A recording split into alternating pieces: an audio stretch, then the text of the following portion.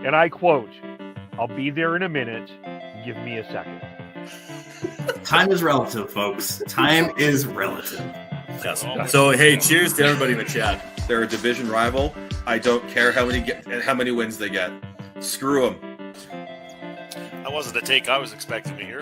I want to gush over watching live Chris Tanev. I think that we completely underestimate the skill it takes to play defense. One highlight or several highlights does not a Calder trophy make. I'm stepping in here. I'm going to be the crotchety old man here. They need to learn patience. They need to understand the tension, everything, and the drama. How dare! Look at this. How is McDavid not getting a penalty? You guys need to calm down with this, okay? You guys need to calm down with it.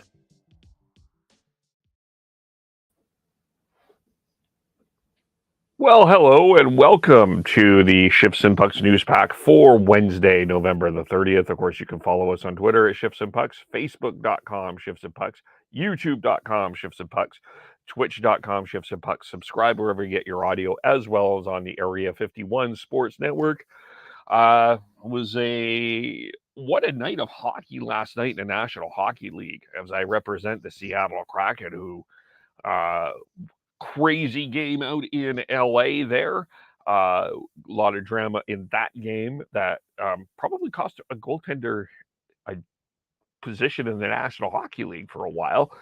And we got the Matthew Tkachuk return to Calgary. We had Alex Ovechkin tie Wayne Gretzky's record of road goals in Vancouver, and a bunch of other things that happened as well. And so, as well, and including a announcer making a ridiculous, unprofessional, demeaning comment about a hockey player, but some would say is on brand for that broadcaster, and specifically, unfortunately.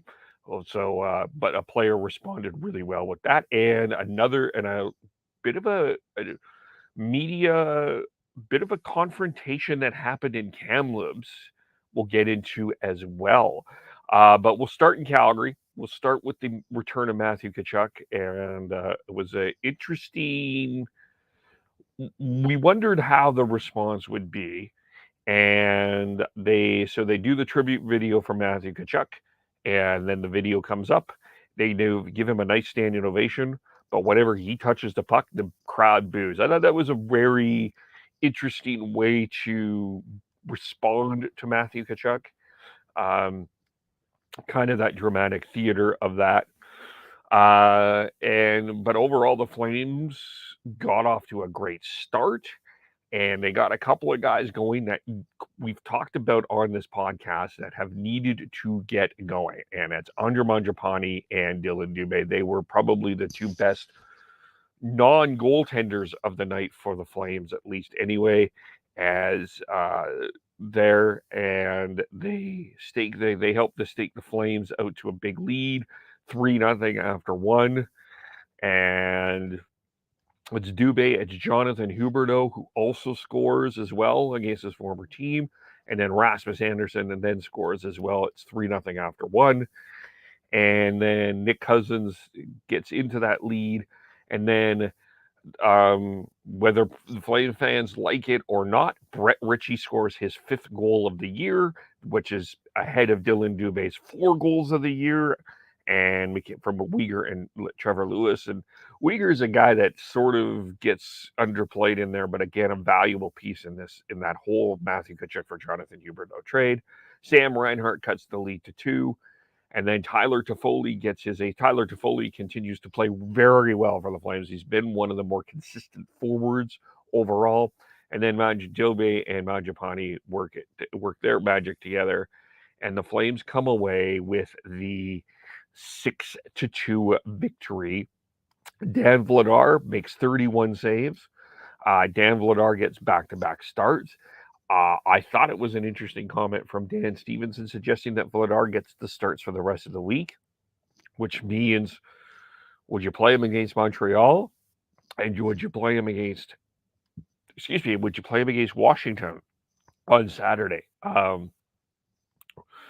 Markstrom, I mean, yes, you have your number one goaltender in Jacob Markstrom, and you have that guy that you want to be playing, but you're also in a situation where you need wins, and one guy is playing really well. I guess I wouldn't mind seeing riding the hot hand at this particular point, and let's see what Vladar could do. That doesn't mean that Markstrom is not the number one goaltender. It means that Vladar is getting you these much needed wins. And I think right now, in the current state of where the National Hockey League is, I do not really think that we are in a state where a goaltender can play 60 games anymore. I honestly am starting to wonder, and even Vasilevsky and Igor Shesterkin, who are considered two of the best to play this game, and we'll touch on this with Vancouver as well. I think you need your backup to play at least a good 30 games to be successful. I think we're at the point now that you need two goaltenders to be truly successful in the regular season. It's a marathon regular season. It's a marathon to go lengthily in the playoffs. It's just the way the game is going, the way that the rules are moving towards more offense, and the idea and the creativity of more offense. You can't have a goalie play 60 games in regular season. You just cannot continue to do that. So you need these starts from Vladar. And yes, Vladar is right. He needs to win more, but he's played very well, and he's giving them an opportunity. And it looks like now that you've got kind of your line set in with the Flames in a good spot, because you've got Huberdeau, Lindholm, and Toffoli. And let's be honest, that's ultimately what you want. You need Huberdeau and Lindholm together, and we're starting to see that together. I think Ruzicka will fit well with Backlund and Coleman. And then you got Kadri, Dubé, and Mangiapane. And my question with that line right now is, can they do this consistently again? And that's what's frustrating. You watch Mangiapane and Dubé, and you watch the skill that both of them used last night. And it's frustrating. Particularly, I get frustrated with Dubé because I just wish he used that skill more often. And I wish Mangiapane would use that, because I do think that line can be so good. That line can be so skilled. That line can provide so much. They just haven't for the last little while. Not in that consistent basis. And then you got your law firm of Lewis, Lucic, and Ritchie, which I know Flame fans don't like that fourth line, but it is what it is at this particular point in time. So the Calgary Flames, they get the win. They're 6-2. They get Sean Monahan and his return in Montreal, and I think it's going to be very interesting to hear that reaction on tomorrow for Sean Monahan. I would imagine he deserves all the cheers he can get. He's been through a lot personally with his health. I thought Darryl Sutter made a very interesting captain, a future captain in Sean Monahan. So it will be interesting to see what happens there. Let's go to Vancouver. And let's head out to here. It was by the way, just an incredible, for those that are not in Vancouver, it was a snowy day that was yesterday. Huge traffic issues that lasted well past midnight into even this morning, just with everything. So just caught a lot of people's attention for sure. And you've got that in Vancouver. And it was, so that's why I'm a little late, because I was working the shift last night. I stayed a little late to kind of help out a little bit in terms of getting the reports out and stuff. So it was definitely a long night for everyone involved. And the Flames got off to a good start last night. The Canucks did not get off to a good start last night. Well, I thought Washington really established where they were, and they got 2 goals from Alex Ovechkin, who ties Wayne Gretzky for road goals in history. Made it 2-0. First one, Quinn Hughes made a bad play. Ovechkin was a giveaway, and then the second one, Ovechkin there as well. Anthony Mantha, who had a pretty strong game, also had a goal. And Niels Höglander scored on the power play, and it's 3-1 after one, and the Capitals just cruised from there. You got the goal from John Carlson in the second, and then Martin Faravarvi in the third period. And that was that. Ovechkin was Ovechkin. The Caps, I thought, showed a lot more speed than I think I was expecting. Wasn't sure what to expect from this Washington team. They just seem to be right now, from what you're looking at, looks like a team that seems to be on a downswing. But the way they played last night, they looked, and that would seem like pretty sharp. So I think this is one of those teams that seem to be able to talk about holding a lead, and they're able to do that. And notice that against Calgary as well. If they can establish who they are and they establish their identity early in a game, they seem to be better. I think Darcy Kemper is giving them solid goaltending. I think was particularly impressed with Nick Jensen last night. I mean, he had 3 shots on goal, +2 for 21 minutes. I thought he played really well. Sonny Milano, 2 shots on goal, 13:36 for those who are following Sonny Milano. So yeah, they got good on them, good on Washington. But for Vancouver, I mean, this is the wild thing that is the Vancouver Canucks, and this is why I don't know what to make of the Canucks, because you get these impressive road trip wins here in Colorado, LA, San Jose, and impressive in the sense that they played well enough to win and showed some resilience. And then you get nights like this, like last night. So this is not a team that is in a consistent field at this particular point. And I think for me, it goes far beyond blowing the leads, which is part of it. But I think I was listening to Greg Wyshynski this morning, and I'll have to re-listen to this again because I didn't quite understand what he said. But I think we're at the point, sort of in hockey, where leads are not being held. It's like we are in a historic comeback rate with overall in the National Hockey League. So when I get it, I'll have to look at that. But it's beyond the leads for Vancouver. It's beyond holding that lead. It's the team is just not consistent on a consistent basis. So that's where we're at that particular point. One guy that's really struggling in Vancouver is a guy I'm a fan of. I really liked him. I thought he would be a guy that would be a fan favorite in Vancouver, but he's gone 15 games without a goal, 1 shot on goal, 13:30 of ice time, and that's Connor Garland. Boudreau had some comments about Connor Garland last night. They flat out need more from him. Need more from Connor Garland. He's not done his job. He's a guy that should not be. He's like a Dylan Dubé that I talk about with the Flames. He is a guy that should not be going 15 games without a goal. He's too talented of a player to do that. Could argue that is a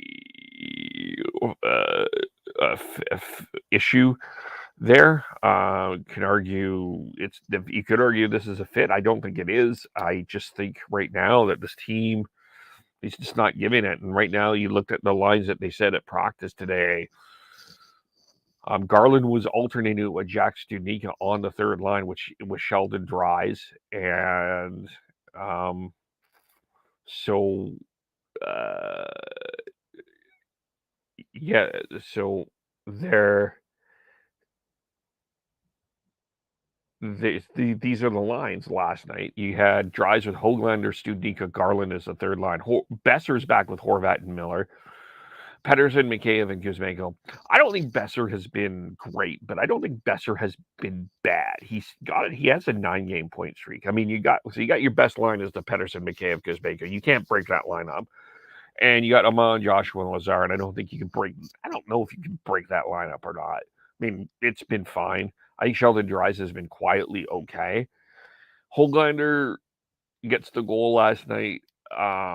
Wonder if you're just putting Höglander with Dries in that group to get Garland going. But defensively, Bear and OEL Hughes and Shen, Stillman, Myers, Burrows, who that's another mystery as well. I do think you need to play Kyle Burrows a bit more than you are, and then Travis Burrows and Dermott. And Dermott's still in a non-contact jersey, so that's still an issue for there as well. But I don't know. I'm one that I think Kyle Burrows fits on the right left side, but I guess Boudreaux continues to try some things.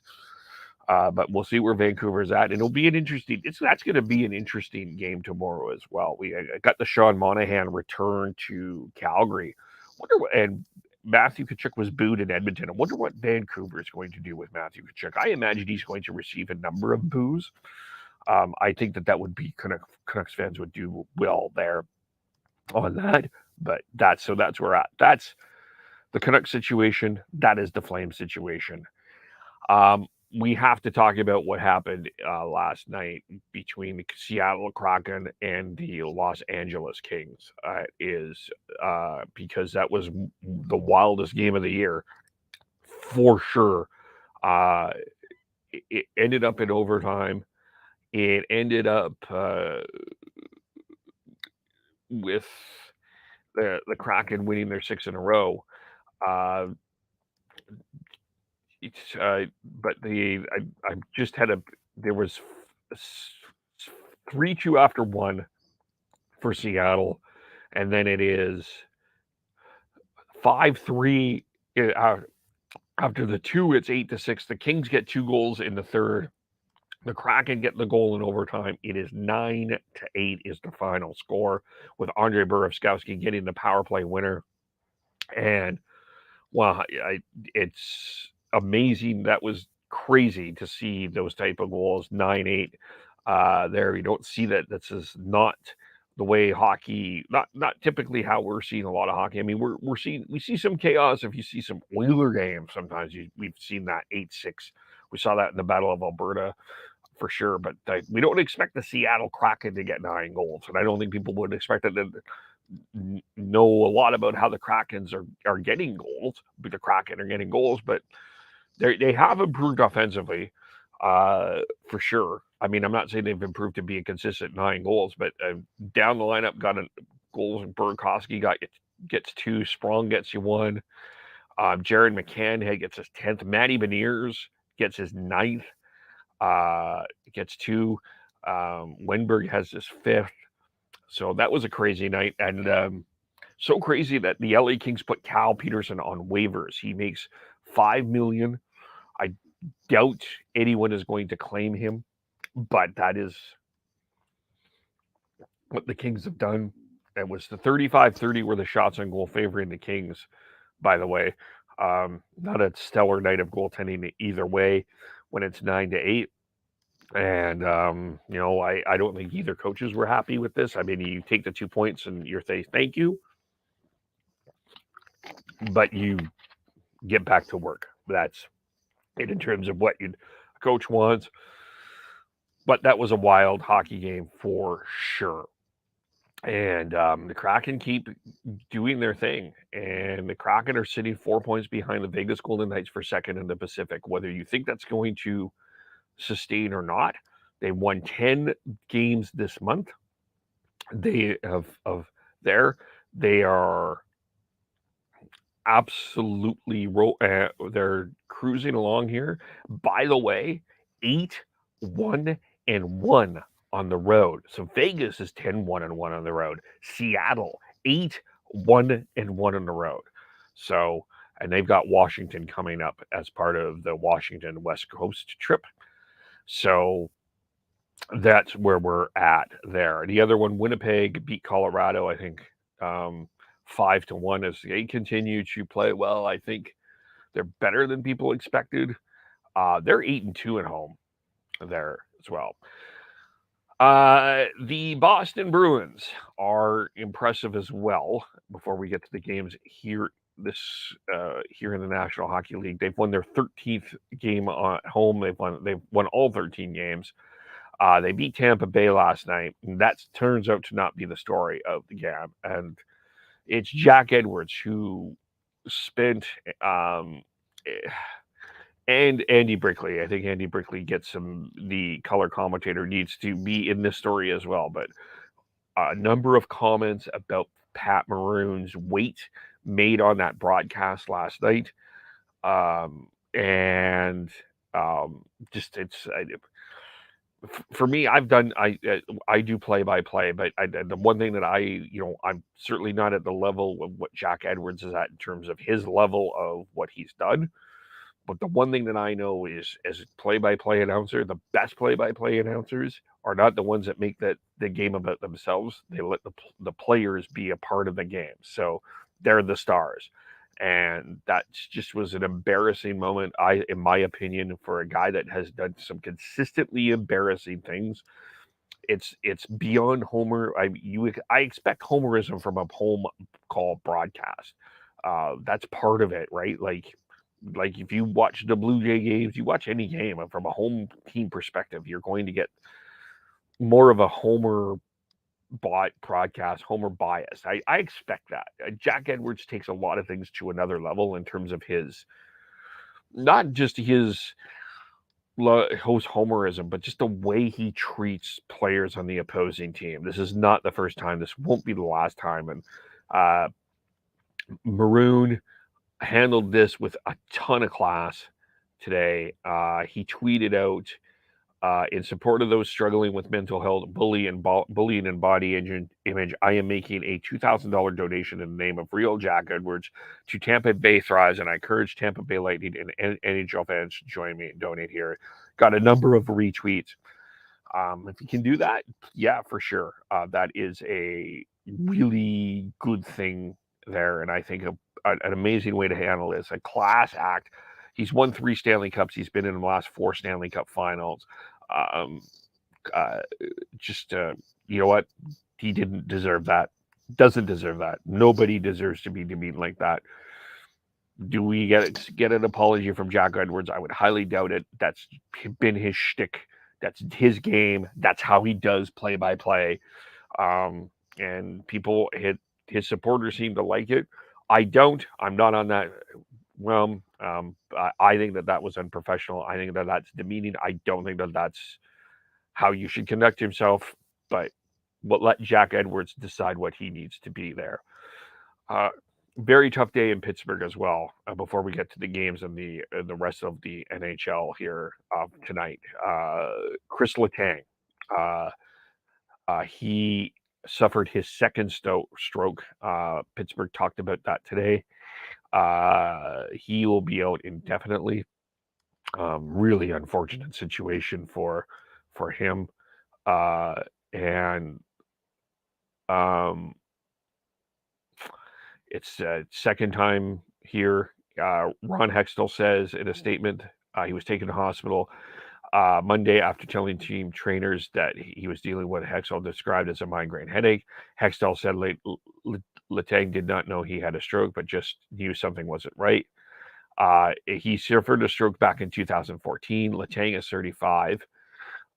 He said in a statement, I'm fortunate to know my body well enough to recognize when something isn't right. While it is difficult to navigate this issue publicly, I'm hopeful it can raise awareness. It is important to me that my teammates, family, and the fans know that I am okay. I am optimistic that I will be back on the ice soon. Hextall said the test results were shocking to hear, but we are grateful that Chris is doing well. So all the best to Chris Letang. And get healthy. Your health is more important than the game of hockey. So we'll wish for the best there for sure. Let's look on the ice here in what the games are going on here in the National Hockey League. We've got 4 games in the National Hockey League here, and we got the San Jose Sharks heading to Toronto. So we got an interesting night in Toronto. Always an interesting night when it comes to Toronto. Mitch Marner could tie the point streak for the club record as he's been rolling right along, and probably he's got an 18. If he scores tonight, that will be in his 18th straight game. I think Mitch Marner has to be in the Hart Trophy conversation. I think the Leafs are playing well enough that Mitch Marner is in that conversation. I know that people kind of want to roll their eyes at how when the Leafs are playing well, but they are playing well right now. And Mitch Marner, like Johnny Gaudreau, has adapted his game to be a bit more 200 foot. hard not to be not impressive with Mitch Marner, but I think Mitch Marner has to be considered in the Hart Trophy conversation, and I think he'll get a lot of it because of the place that he's at, which is Toronto, but I think he should be in there. So we've got that against San Jose. San Jose right now, of course, they are at 20 points. Their road record is home record, by the way, 2-8-4. Not great, but they've played 25 games, which is the most that are fighting in that wild card position right now. So that's where they're at. Toronto is sitting right now in second place in the Atlantic with 33 points, 5 points behind the Bruins, who can't seem to lose at home. So that is that game. So that should be interesting. What's going on there? It looks like Samsonov will start tonight as well. So the Leafs goaltending combination that people have had all kinds of questions about will be back there as well. Other games we've got on tonight. We've got the New York Rangers, who have been at best inconsistent, against the Ottawa Senators, who have been a disappointment tonight. Yaroslav Halak will get the call for the Rangers, and it will be Cam Talbot in goal for Ottawa.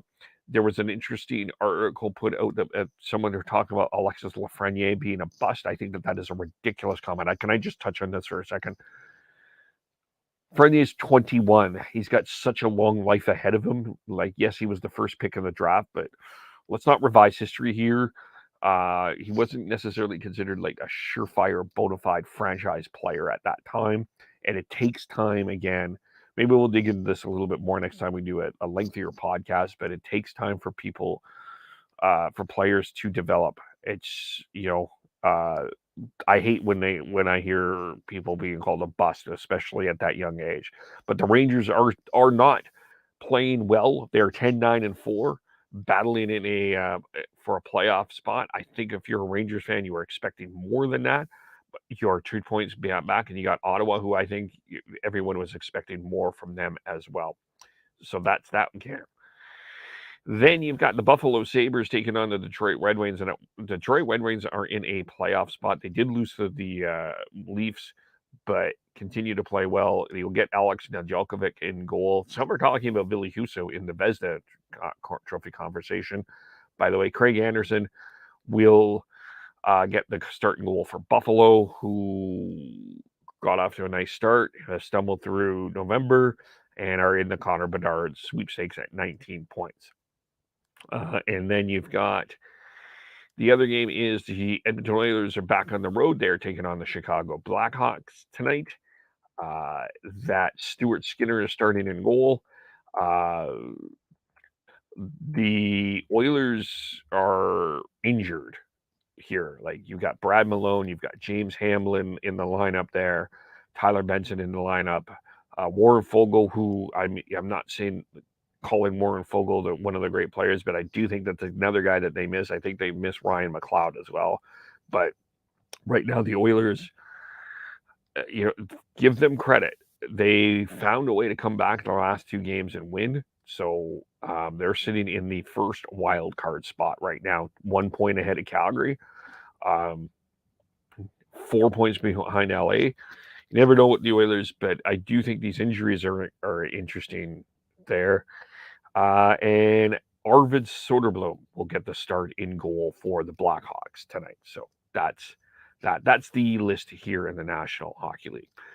WHL, very interesting confrontation happened between Kamloops Media and Regina Pat's GM, John Paddock, who has asked people not to ask about Connor Bedard if they are going to trade Connor Bedard, and it ended up to be in a uncomfortable thing. You can see on that Twitter.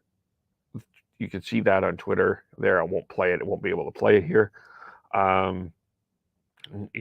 Reporters have been asked, according to John Keane, to not ask about the trade related questions. So for Connor Bedard, so Paddock felt his privacy, his request wasn't respected. He jumped on the reporter. The reporter feels that that's the question that needs to be asked, and that's what happened there. But so, look, just from a simplistic point of view, I don't think the Pats are going to trade Connor Bedard. They're in a playoff spot, and he's a marquee player, and everyone is quite likely they're playing Kamloops tonight. That should be a great game. Bedard versus Stankoven. That might be the game of the night, by the way. But who's to say that Bedard doesn't come back and play junior?